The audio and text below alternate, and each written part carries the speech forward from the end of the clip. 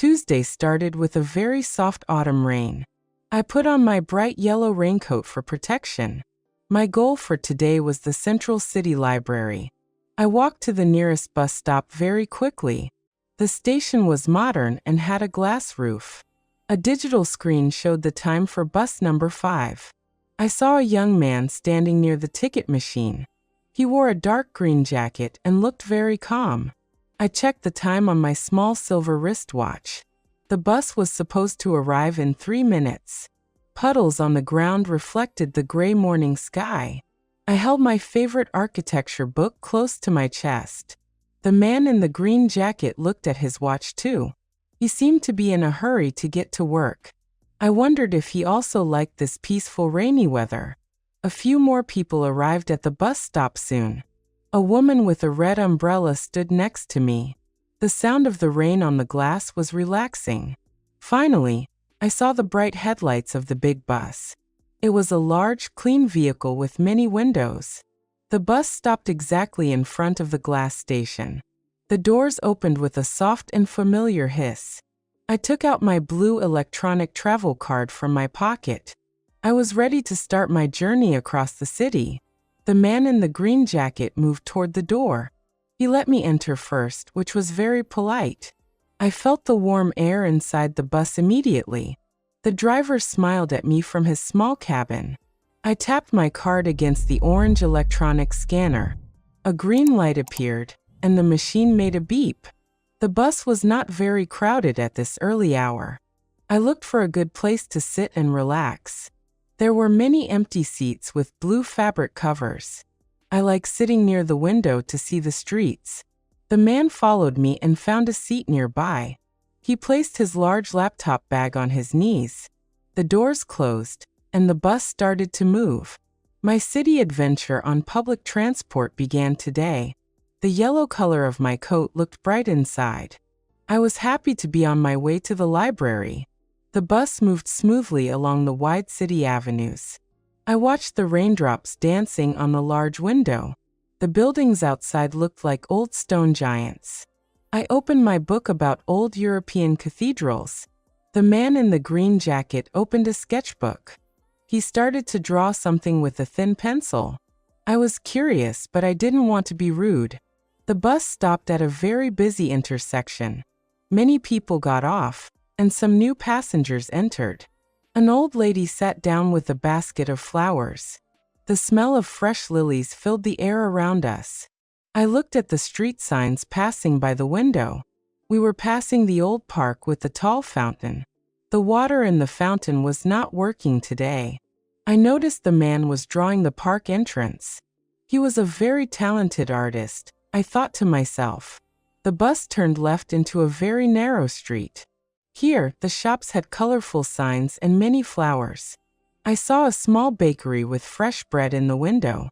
The bus driver was very careful in the tight corners.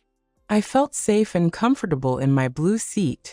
Sometimes public transport is better than driving a car. You can think, read, or just look at the world. The man looked up from his drawing for a moment. He saw me looking at the park and he smiled. "The autumn colors are beautiful today," he said softly. I nodded and agreed that the park looked golden. It was a short and very pleasant conversation. I told him I was a student of architecture. He said his name was Victor, and he was a designer. The bus continued its route toward the city center. We passed a large bridge over the quiet river. The water looked dark and very cold under the rain. I saw a small boat moving slowly under the bridge. My book was interesting, but the city was better. I decided to put the book back into my bag. Victor was now adding some shadows to his drawing. The rhythm of the bus was very steady and calm. Every stop brought a new story to our journey. I enjoyed this slow trip through my favorite city. Suddenly, the bus stopped in the middle of a bridge. There were many cars in front of us, not moving. The driver announced that there was a traffic jam. I looked at the clock on my phone with worry. I had a meeting at the library in 20 minutes. Victor looked at the traffic and sighed a little bit. "This happens every time it rains," he remarked. I felt a bit nervous about the time and my schedule. The people on the bus started to talk to each other. Some passengers looked at their phones for news. Victor took out a small tablet from his large bag. He checked a map with live traffic information. "There is a small accident at the next corner," he said. He showed me the red line on his digital screen. It looked like we were going to wait for a while. I took a deep breath to stay calm and patient. I looked at the raindrops again, now moving slowly. Victor suggested that I use the extra time to study. That was a very good and practical idea from him. I took out my notebook and started to draw a plan. I was designing a small house for a mountain area. Victor looked at my drawings with a professional eye. He gave me a small tip about the window placement. "Large windows give more natural light," he explained. I thanked him and changed my sketch a little bit. The time passed much faster because of our talk. The bus driver started the engine again after 10 minutes. The cars in front started to move very, very slowly. We were finally moving across the long bridge. I saw the famous cathedral towers in the distance. The rain started to stop and a little light appeared. The city looked clean and very fresh after the shower. Victor finished his drawing and closed his sketchbook. He looked satisfied with his work during the delay. I looked at my plan and felt much better about it. Sometimes a delay is a chance to meet someone new. The bus reached the other side of the river safely. I saw the large library building at the end of the street. My journey was almost at its interesting destination. Victor prepared his bag and stood up from his seat. The bus stopped at the main square of the city. This was the heart of the town, full of history. The sun finally came out from behind the gray clouds. I saw the reflection of the sun in the wet streets. Many people prepared to get off at this busy stop. I stood up and put my book into my yellow bag. Victor helped the old lady with the flower basket. He was a very kind and helpful person, I noticed. I walked to the back door of the blue bus. I pressed the red button to signal my stop. The bus arrived at the library station and stopped. The doors opened and the fresh air entered the bus. I stepped onto the sidewalk and felt the warm sun. It was much warmer than it was 30 minutes ago. I took off my yellow raincoat and folded it carefully.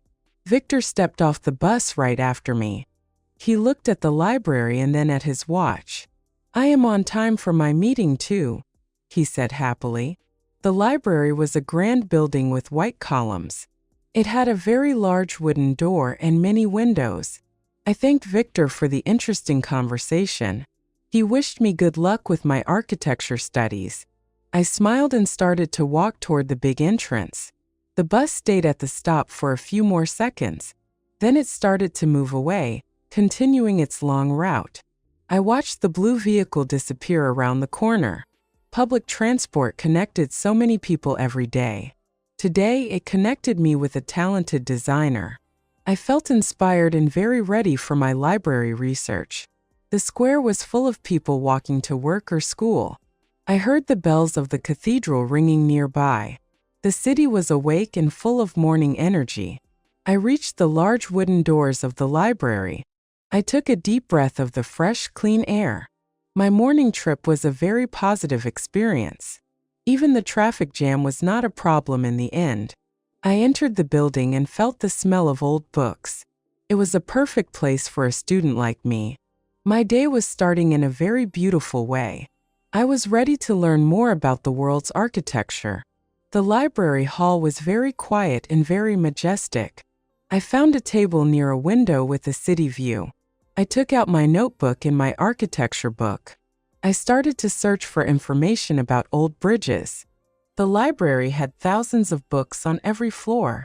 I spent 2 hours reading about stone and metal. I thought about the bridge we crossed on the bus. It was a masterpiece of engineering from the past. I made many notes and some small sketches today. My plan for the mountain house was growing better. I felt the influence of my short talk with Victor. I added more windows to my design for the light.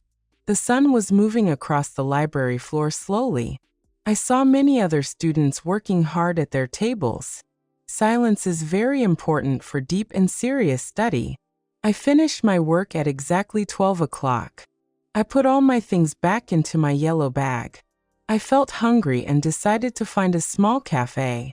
I walked out of the library back into the sun. The square was now very busy and very noisy. I saw a small cafe called the Blue Bus nearby. I laughed at the name and decided to go inside. It was a cozy place with photos of old buses. I ordered a sandwich and a cup of hot coffee. I sat at a small table near the open door. I watched the city life passing by the cafe entrance. People were taking buses, trams, and taxis everywhere. The transportation system was like the city's heart.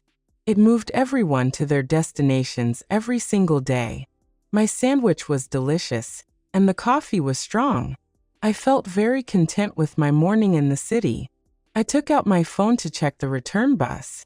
Bus number 5 was arriving in 15 minutes. I had enough time to finish my coffee slowly. I saw a group of tourists with a large map. They looked lost and were searching for the cathedral. I walked to them and pointed to the high towers. "It is just 2 blocks away," I told them. They thanked me and walked in the right direction. Helping people is a great way to feel part of a city. I walked back to the bus stop on the square. The blue bus number 5 arrived right on time. I entered and tapped my card against the scanner. The bus was more crowded than in the morning. I found a place to stand near the middle door. I held the metal handrail to stay steady and safe. The bus started its journey back to my neighborhood. I looked at the people around me in the carriage. Everyone had their own story and their own destination. A young man was listening to music with headphones. A girl was reading a colorful comic book happily. The city passed by the window like a moving movie. We crossed the big bridge over the river again. The water was now sparkling under the afternoon sun. I saw the park where Victor made his beautiful drawing. The yellow trees looked even brighter in the sunlight. I felt a sense of peace and simple happiness today. Public transport gave me a chance to see my city. I didn't have to worry about the road or traffic. The driver stopped at every station very precisely. I saw my bus stop appearing in the distance soon. I prepared to get off and took my yellow bag. The bus stopped, and the doors opened once again. I stepped onto the sidewalk near my quiet house. The air was warm, and the rain was only a memory. I walked to my front door with a light heart. My morning adventure was over, but I felt inspired. I had a new design and a new story to remember. I am Alice, and I love traveling by the city bus. It is a simple way to connect with the world. I entered my house and Luna greeted me with a meow. I put my yellow raincoat away in the hallway closet. I sat at my desk to finish my architecture plan. The city was still moving outside my window. I heard the distant sound of a bus on the street. Tomorrow, I will take the same route to the library. Maybe I will see Victor and his sketchbook again. Every day is a new journey on the city streets. My story of the public transport ends here for today. I am ready for the new adventures of tomorrow. Tell me why you want to learn English. The 3 most interesting comments will get 10 English lessons absolutely free.